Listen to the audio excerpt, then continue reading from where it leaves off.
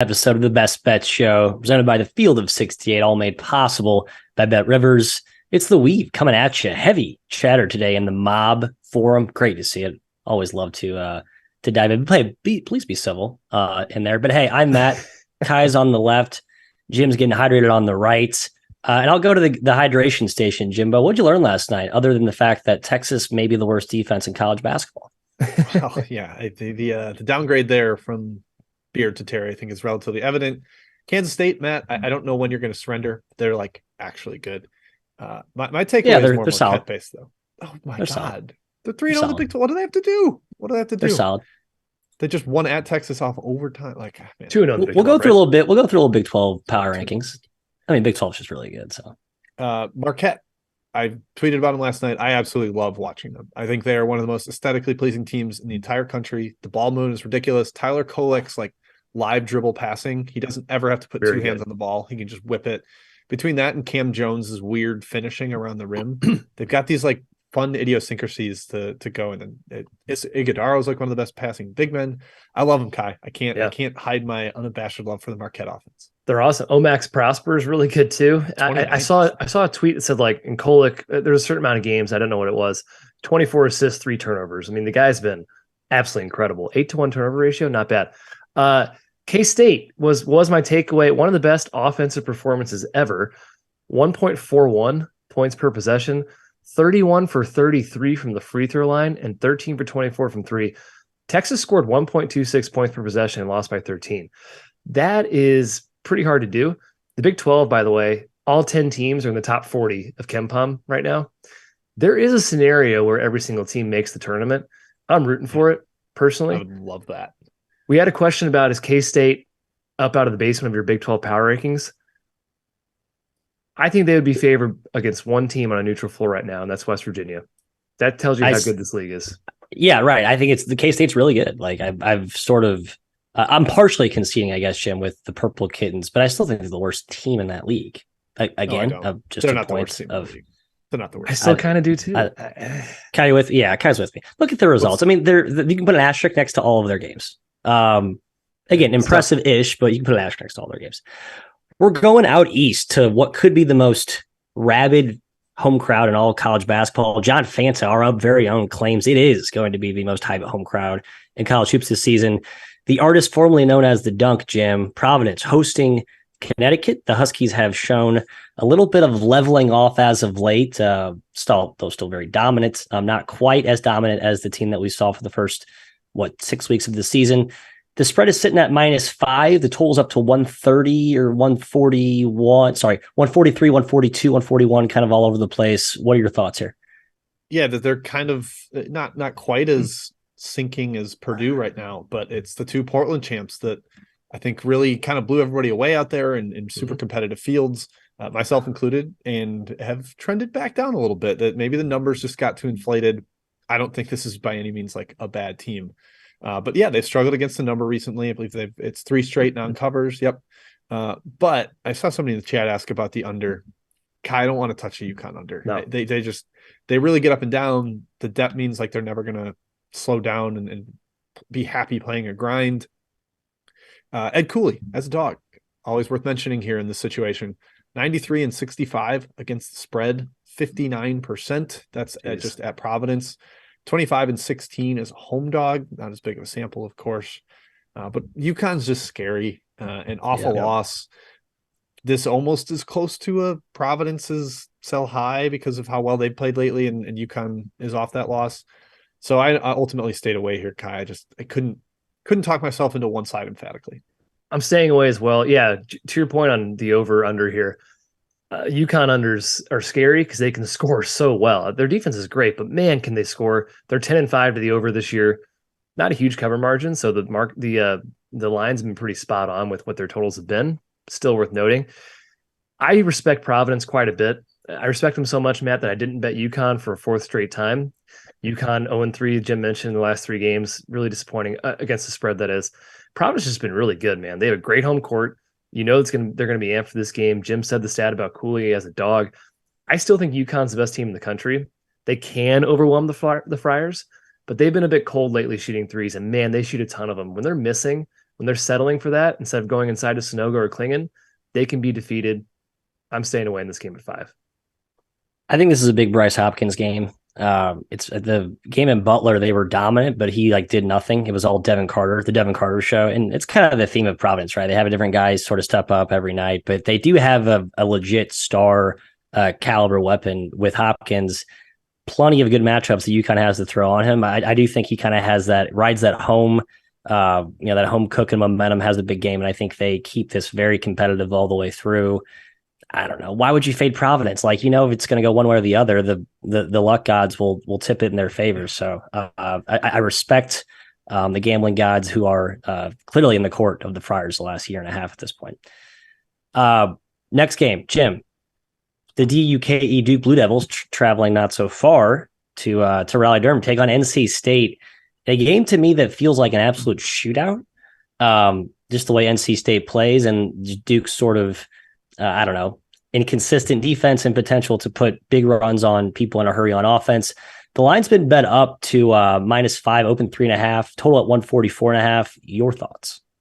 Yeah, Matt, the one thing I would maybe like here is the over. I haven't bet it, but I'm certainly thinking about it. 9 of the last 10 in Raleigh have gone over.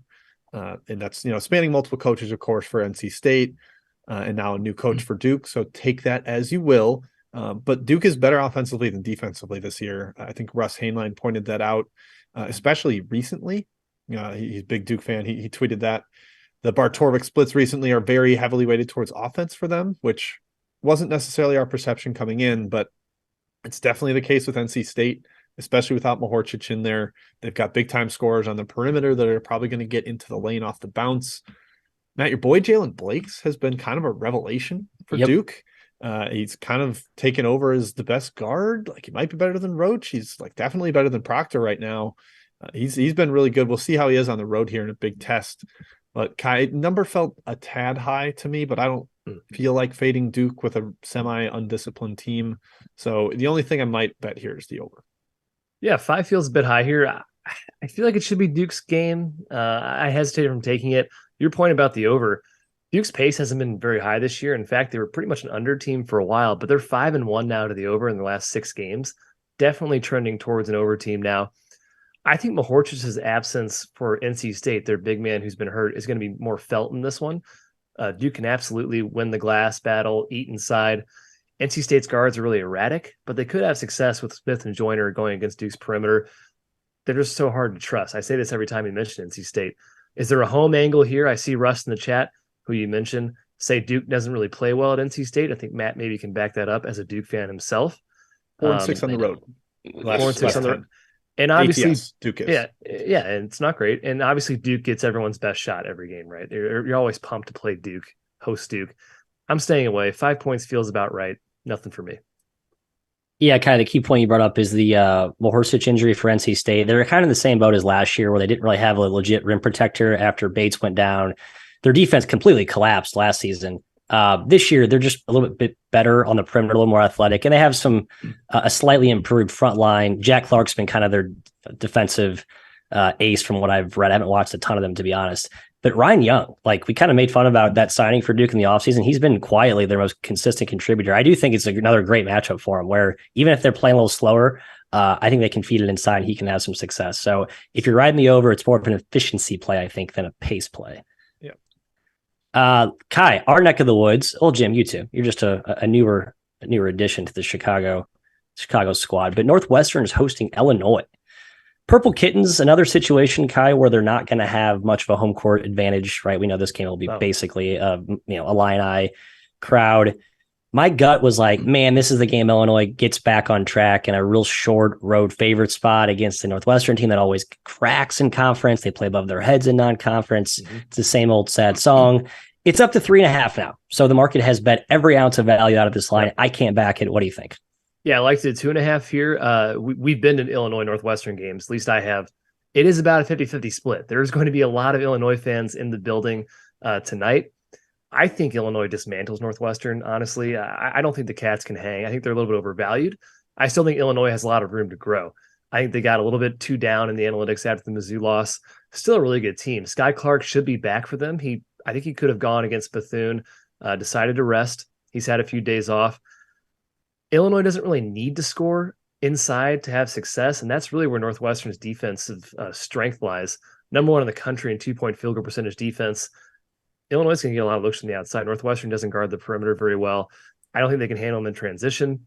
And again, the fan angle, a lot of Illinois fans are going to be there tonight. I like Illinois here, -3.5, a little bit high, but still leaning their way, Jim. Yeah, still gut lean to Illinois. I don't really have a number edge either, but it's just, this feels a little like Marquette St. John's yesterday, where it's like a team I think is actually still pretty good. Maybe not as good lately as Marquette has been, Illinois, but against a team at home I don't trust. I don't know what the home value is going to be, like you said. And this Jordan Majeski tweet like just woke me up to this. He's like, it's January, it's Northwestern. Like, you want to be on the other side. In their last 24 games in January, Matt, what do you think they are ATS? I don't know, it's been horrible last 2 years, like 7-14, 5-19. 5-19 in their last 24. Like, they are a horrific January team because Big Ten teams outclass them. And like you said, their numbers have gotten inflated from solid non-con performance. So yeah, it would be Illinois or bust for me here, Matthias. I'm tempted to still back him at the current price. I feel like I should have backed him at 2, and I was like, wait, maybe there'll be some cute Northwestern money, and no. I'll say this: if you're a Illinois like insider and these weird chemistry things that have been circulating still seem prominent, and they're still existing today, then maybe you back the Purple Kittens. Now's the best time to do it at +4. Look at you trying to get people to get Northwestern money in there. Yeah, hey, whales out there, wink, wink. Bring it down to 3 for me so I can hop back in against you. All right, last game here before we get to the chat mob round 1. Another Big Ten tilt. Mr. McKeon, I'd like your thoughts before I unveil my best bet here. It's Michigan, who just beat Maryland by a bunch. Who just beat Maryland by a million. I almost said who just beat million by a Maryland. They just beat Maryland by a million. A game removed from losing to Central Michigan without Boopy Miller, a game I'll never understand how the hell that happened. Anyway, Kai, Penn State, feisty on the road so far this season. They already beat Illinois at Illinois. Money pushed it up to -4. It's currently Michigan laying 4. Your thoughts? Yep. I'm looking for Michigan to continue its trajectory. I'm still a believer in this team. You saw the potential against Maryland. Yeah, the Central Michigan game was bad. Maybe it's the wake-up call they needed. Penn State is super good. I still don't think they can shoot like this the entire year. Their offense, their whole ability to win is precarious because it relies so much on the 3. If they go a game where they're cold and can't make an outside shot, it's over. Jalen Pickett's going to have his way on the block probably against Michigan here, but if they're not shooting, they can't win. Now, they've shot pretty well every single game. It's hard to really bank on that, but I think Michigan has a huge advantage with Dickinson inside. There's no match for him there. Pace might be a little bit slow, but I think Michigan can still extend. I do lean their way at -4, Jim. Yeah, I do too, just kind of from a number sense. I'd like to know how much Dickinson cares about this game. Is he focused on calling Wisconsin scumbags on his podcast, or is he going to kind of lollygag through this one? I just, he's way too focused on how many. Hunter, lock in. We need you tonight. We need you. Lock in tonight. Let's go. I have some worries about the matchup for Michigan because I think Penn State with no size is going to really pack the paint and make it hard for Dickinson to score. So you need Jet Howard, Joey Baker. You need those guys to knock down shots. And the other end, Michigan's awful against dribble penetration. And that's pretty much a lot of what this Penn State team wants to do. They spread it out with a whole ton of shooters, and then they get into those gaps and find open shots. Or like Kai said, they put Jalen Pickett on the block. And if he's guarded by Doug McDaniel, he's going to score 35 in this game. So there's some questions for me there. I think it could get to an over via efficiency. That's just kind of a sense of a lot of Penn State games in Big Ten play because of the way they're constructed. But sidewise, number definitely leans Michigan, Matt. I just have some hesitancy and fear on the matchup. Yeah, the matchup defensively Michigan is pretty scary. Like, even if Penn State's not making shots, they can still get good high quality interior shots. Because they have an edge beating people off the dribble on the perimeter for Michigan.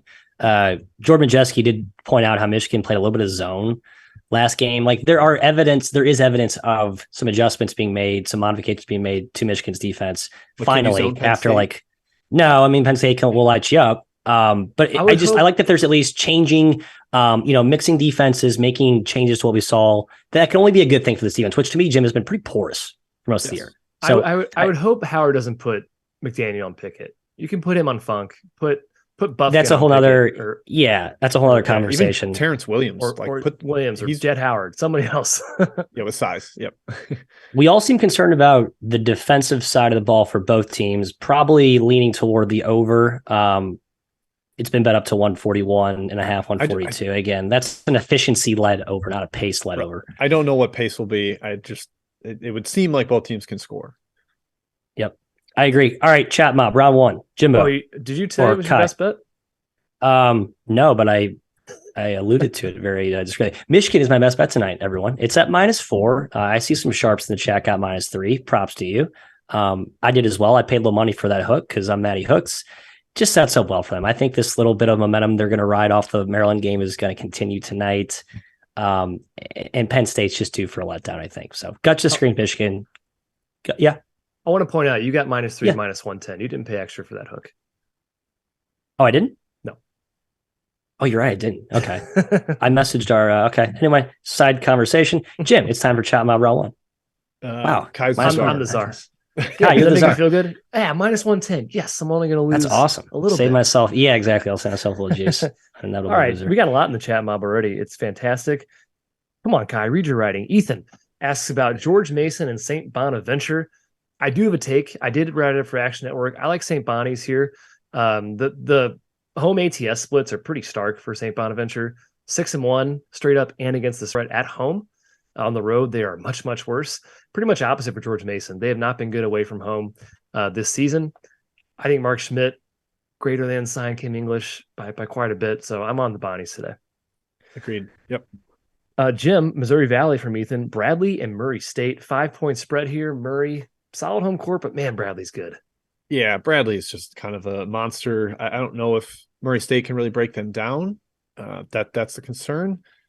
With my total system that has been okay, I bet the over, and I hate it. Absolutely despise it. Betting a Bradley over is terrifying because their defense is full of multi-positional destroyers. I would lean towards Bradley on the spread, I guess, but nothing strong. Hard lean Bradley. I'll say that. Sorry, guys. Matt, you're kind of a first half guy. Leg Show asks about Charleston. It's been terrible. Charleston first half against NCA&T. What do you think?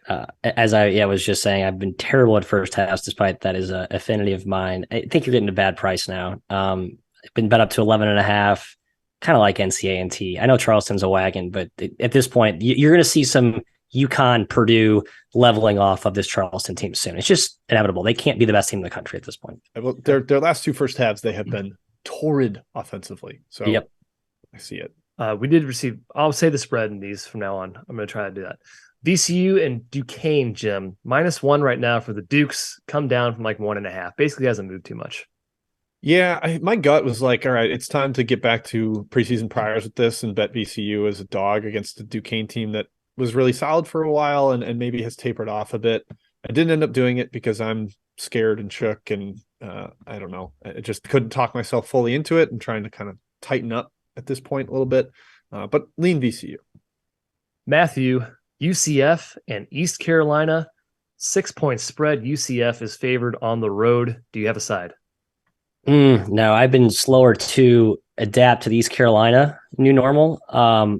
I kind of think 6 is a big number. I do lean the Pirates today, even though I worry about can they compete on the glass with UCF? Yeah, I don't know. Probably not. Probably not. Jim, in the SoCon, we got Chattanooga at UNC Greensboro. Chattanooga is +1.5. This question's from Harry. Yeah, I had a hard time with this one. Stronger takes in some of the other SoCon games. I like a couple of unders in the SoCon. This one, I didn't really have anything, Kai. I think both these teams are really solid and maybe potentially top 3 teams in the league. So I sat it out. Matthew, back in the Missouri Valley, Drake just lost on the road to Missouri State. They have another tough one against SIU. People like Drake a little bit. It's +1 right now at the Salukis.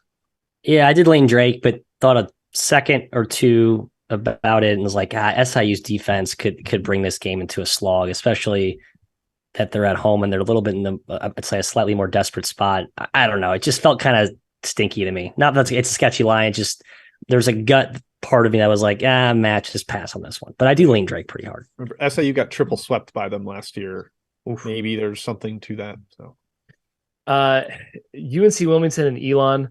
I'll say this. I'm not fading Wilmington. My number might have liked Elon a little bit. I said no thanks. They're once again one of the best ATS teams in the country. Yep. They're 10-3 against the spread. I would take Wilmington or nothing in that game. Matt was the chat question, not Matt Cox. And another Matt Cox, asks about another Valley game. ISU Blue versus ISU Red. We got Indiana State, Illinois State. Thoughts on this one getting the spread? 7 points. Oh, it's up to 7. Jeez. Whoa, 7 points. What do you think? Yep, that's where my gut was leaning as well. But I think Indiana State quickly rewired their screws after that despicable loss in Northern Illinois. And I foolishly bought into this Illinois State resurgence, which I think it's coming. It's just not in the full effect that I'd probably put stock into it. So I'd lean ISU Blue, actually, as high as that sounds. All right, last one before the rest of the rundown here. Jim, Mountain West, Colorado State on the road at Nevada. Nevada is 4.5-point favorites. I don't think Colorado State is worth touching until you know if Tabby Jackson and Jalen Lake are in there. I think Jackson got back to practice, but I don't know for sure if they're going to play. Without them, they're down to 8 scholarship players and have really kind of tightened up the rotation. It hasn't gone very well. Losing at home to San Jose State at altitude was really, really disappointing. Probably lean towards Nevada just because of Colorado State's personnel limitations. All right, let's head back to the rundown. I got the rest holstered, Matthew. Good for you. Number 7, TCU headed to Baylor, Jim. We got 2 Big 12 showdowns to kick us off here. The Bears get LJ Cryer back today. That's the key headline, I would say, from a personnel perspective. It's been bet up to 6, open at -5.5. My gut told me it was a little bit too high for a Baylor team I don't all the way trust right now, largely due to their personnel inconsistency. So maybe with a fully intact roster, we get a better effort today. What are you looking at? I think both teams could really dominate the offensive glass, like very strong on that end, and both are weak on the defensive glass. I don't like the matchup for Baylor's guards. I think they're fantastic off the dribble and in ball screens, but that's like their only source of offense. And TCU has some really strong individual defenders. Baugh can blanket guys. Mike Miles is pretty solid on the ball. That concerns me. I kind of like the over here, Kai, which is strange for a TCU. Like, perceive them as a strong defense, lacking offense, but they're running a lot this year. And I think they're going to be willing to run with Baylor a little bit here. They just played a 74 possession game against Texas Tech in league play. That was shocking. So if this gets up over, Ken Palm's got it at 71 possessions. I kind of think the over might have some value. I'm a little surprised by the spread move to Baylor. TCU's been awesome, like a top 10 team in the country since those first 3 games. We had the Bart Torvik stats, I think, the other show, Jim. And Baylor's looked a little human. Now, they are tough at home. Cryer is back, so it could be a totally different Baylor product than you're used to seeing the last couple of games, especially against Iowa State. I'm also still a Baylor believer, but I feel like this spread is way too high. Considering where both teams are right now, I would lean towards the Frogs at +6. Right. If Baylor's fully healthy all year and they didn't have the weird efforts that they've had, I understand the money, but that's not been the case. So I kind of with you. I lean toward the Horned Frogs here. Staying in Big 12 country, where another just brutal matchup. God, I feel these teams are going to be dead by the time March rolls around. Save something in the tank, Big 12 squads. Oklahoma hosting Iowa State, Jimbo. The Sooners lost a devastating home game in the Red River Shootout to Texas. Game they probably should have won. Now they host Iowa State. The market has bet Oklahoma a little bit here, I believe, right? It's up to, no, it's back down to 3 now. So it opened 3.5. I think it went up to 4. Now it's back down to 3. Field goal at home basically assumes they're equals. I can buy that these 2 teams are equals on neutral. Yeah, I think Oklahoma's a little better, and I think Big 12 home is worth a little more than 3. So I would have this higher than 3. I'm curious. I'm interested in potentially adding the Sooners here at that 3. I think I had seen 3.5, had missed the market move. And this, Kai, you got your little like 0-1 versus 1-0 team here. How much does that matter? Iowa State coming off the big home wrecking of Baylor there. So I kind of like the Sooners in a bounce back spot, and Iowa State. I think that offense is going to look really bad on the road against Big 12 defenses. Yeah, at 4, I was kind of leaning towards Iowa State on a pure number perspective, but Oklahoma's home court is strong. Both these teams killed each other last year at home. Each won on their home floor by pretty comfortable margin. Kuntz is still out for Iowa State. I think that matters still. I know it didn't matter against Baylor, but I do think it does affect them somewhat. And Iowa State's been bad on the road this year. They've played 1 true road game, It was Iowa. They lost by 19. Small sample size for sure, but it's not the same team as at Hilton Magic. Iowa State, though, Matt, is going to cause turnovers. That's the one angle everyone's probably looking at. Number one turnover rate in the country against a team that has Uzan and Cortez, who turn the ball over quite a bit. 230th in the country in turnover rate for Oklahoma. I'm a big Moser believer, though. I lean towards Big 12 home teams in general, so I'm staying away here. Yeah, Wonka Dog saying it's probably not worth much. I agree that there won't be maybe a packed student section, but the OU home court, all Big 12 home courts, usually pretty strong. I think you have to respect it, even though it may not look like a Fog Allen terrifying house of horrors. It's still a strong home court. If you do the numerical like KenPom's home court analysis, they're all in the top like 45. Like, they matter a lot. Yeah, KenPom's got it at 4 points, so you're right. Maybe it is worth a little more than than the basic 3, I guess. Next up, one near and dear to both of your hearts. Jimmy, I'm going to you since you have the flair in the background. Arkansas hosting MIZZOU.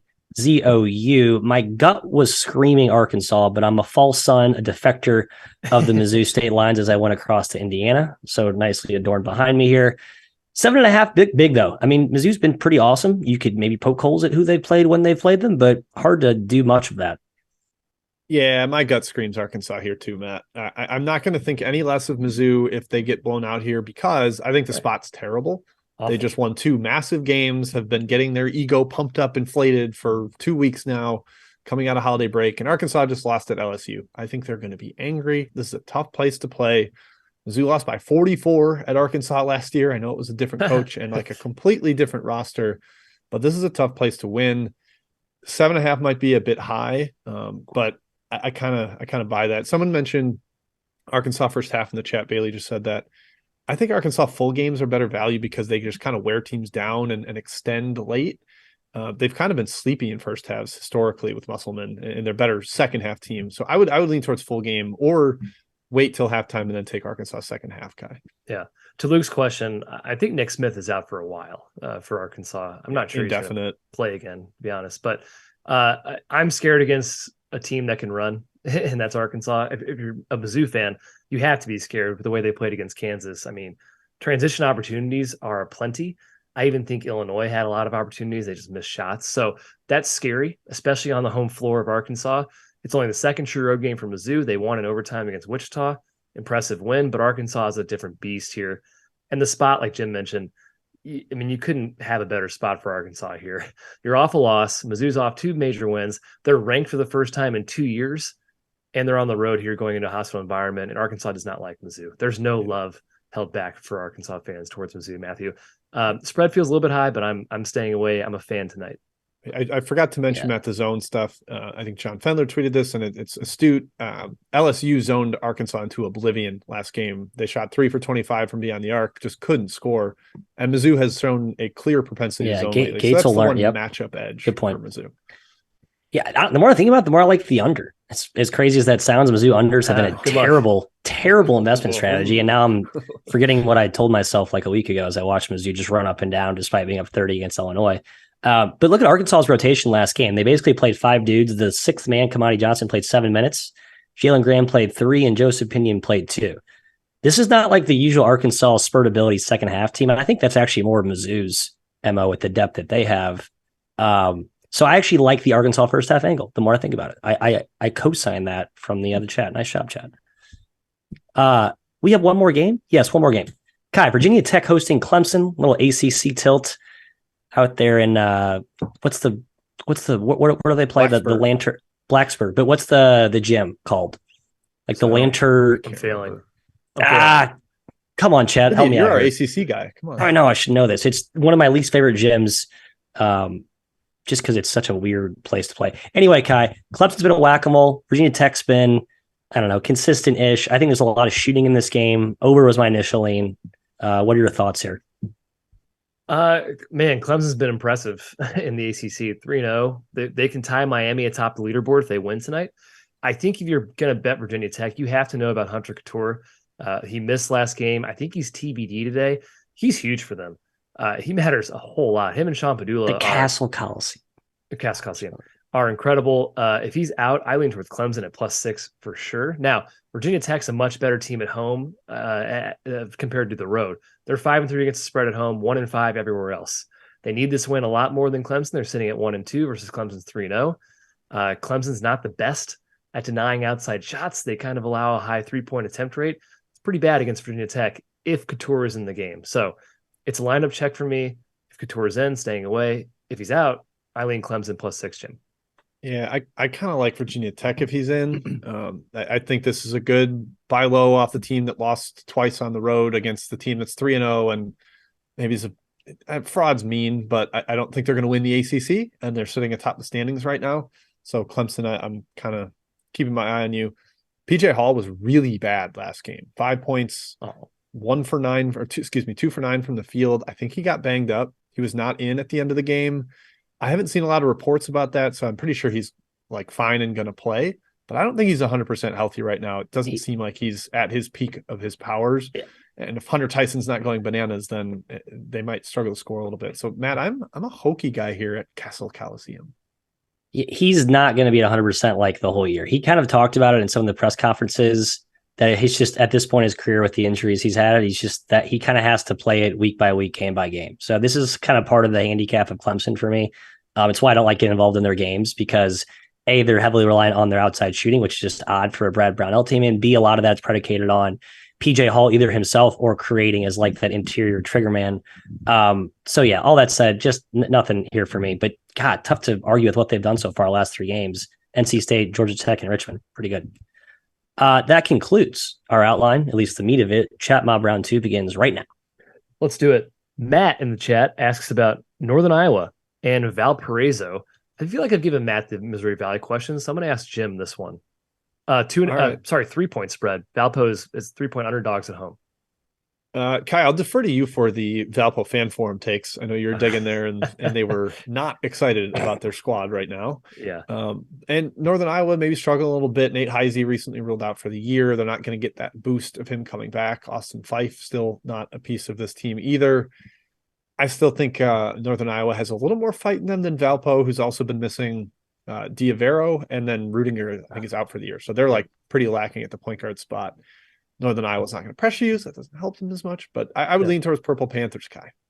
Yeah, my number, like Valpo, their fan forum is bleak. They're calling for Latix's head. They're right. They only have 3 good players, and that's basically it. The depth is really sad on this team, especially with the injuries. So I'm staying off Valpo for now. Will in the chat asks about Villanova and Georgetown, Matthew. A 9.5-point spread at Georgetown. We shouldn't be surprised. But who do you like? Like Villanova for the obvious reasons. And I also like the over, even though I think Villanova's tempo will be played. Thus, another kind of a theme, I guess, today. Slower paced, higher efficiency overs. 142. I think they get to 150 because Georgetown can get randomly hot at times, but they certainly can't guard anybody on the other side. So Georgetown's one of my least favorite teams to bet an under on.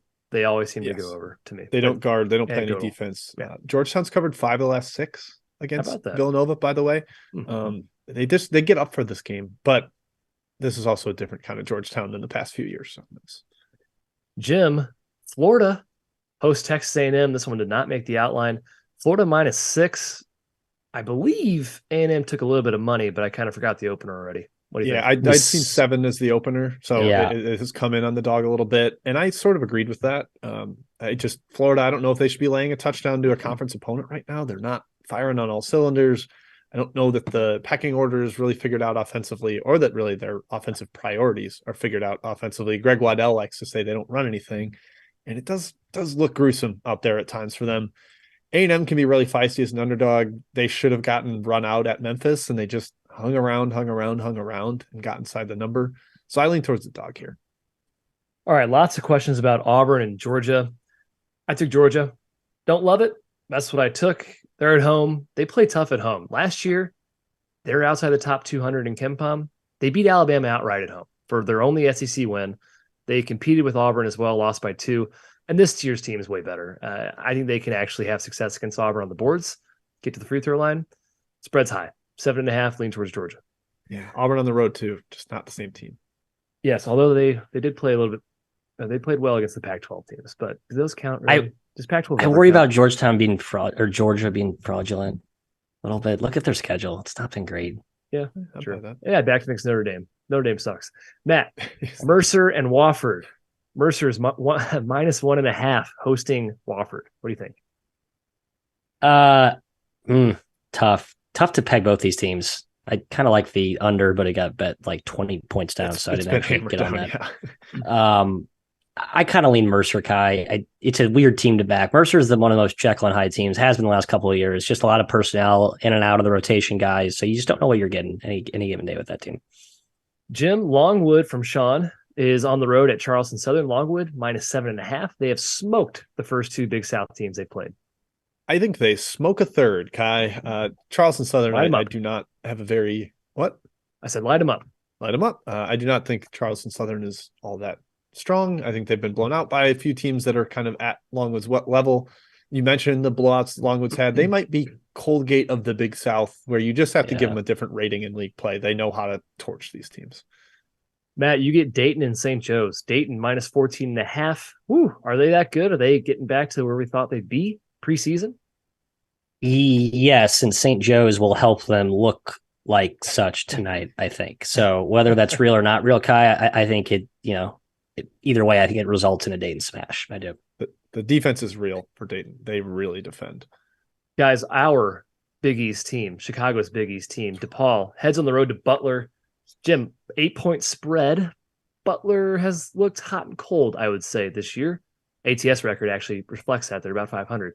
Who do you like in this game? Yeah, did Butler get right by playing Georgetown, or did they just play Georgetown? Like, I don't know. Do we take anything away from that actual performance or not? DePaul didn't get away from Georgetown, which is concerning. But I don't know. DePaul has been kind of a whack-a-mole for me as well. Basically, every team in the state of Illinois has been whack-a-mole for me this year. I will just say that. So yeah, Kai, I would probably lean towards Butler at home, but who knows with DePaul? Matt's on Butler every game. That doesn't count. Matt, our hometown team, St. Louis, is on the road at UMass. UMass took money. This one is down to 3 points. SLU is a favorite on the road. Got to take in this game. Man, no. I don't know why you'd bet either side in this game. This feels like an over to me. Feels like a live bet game to me. Feels like a game where you think you have a side, you're up 15, and sure enough, you check the score about 10 minutes later, and it's back to 2. So I would say good luck to all people betting this game on the side. And Levesque is out too, which I think probably helps the over, like the main big guy. Right, yeah. UMass. Great point. Thank you. Question about Temple at South Florida. I took Temple. I don't like it. Dunn is back in the lineup, but they're still missing Jameer Reynolds. But man, I think South Florida is actually pretty good. I like South Florida. I hate myself for it, but I fear this game. But I did take Temple, slave to the number, whatnot. Yeah, I was the same. South Florida actually has semi-competent offense this year. What's that about? They've been a lot better this year. They've been running a little bit more too. And Jim, finally, we're getting the ugly game of the day, is what we'll deem this. Pat wants to know about basically the lowest ranked teams in KenPom playing each other, or highest, whatever you want to prefer. It's Pine Bluff. Excuse me. It's Pine Bluff against Alabama State. Who do you think? I've been leaning peanut butter. I've actually been higher on both of these teams than the market pretty much throughout non-conference play. So that gave me no edge numerically in this one. But I think Pine Bluff's going to be feisty as a dog. Alabama State, yes, they were able to barely sneak out a cover against Mississippi Valley State, but I don't love them as like a favorite laying points here. So, Matt, I know you love these SWAC road dogs, right? Can we talk about my Delta dogs? The Valley State boys in action today, Kai. No questions about them. They're on my card today.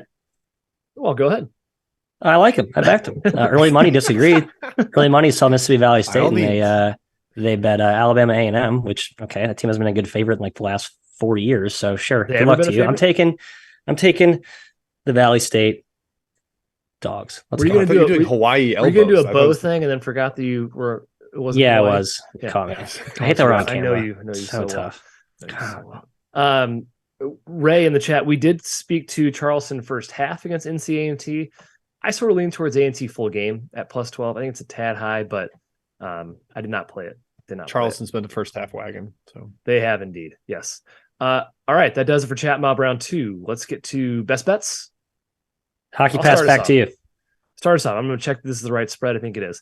Wake Forest +10.5 is my best bet against UNC. You've been keeping track of my best. 10 at BetRivers. Yikes. if you've been keeping track of my best bets, they have not done very well on this show. Just full disclosure. Wake Forest plus 10 though. Should UNC be favored by double digits against anybody? That's my question right now. They've been a double-digit fave 7 times. They have covered 3 of them. They're 4-9 against the spread overall. Not the best team to back. Wake's been very impressive last 2 games in ACC play. Seem to be firing on all cylinders. They also beat UNC by 22 last season at their place. I think Steve Forbes is a much better coach than Hubert Davis, like by a mile. And I trust Appleby and Wake's guards over UNC's guards right now. Wake also has multiple bodies to throw at Baycott. Hopefully one of them slows him down. That's my handicap for Wake plus 10. Jim, what is your bet?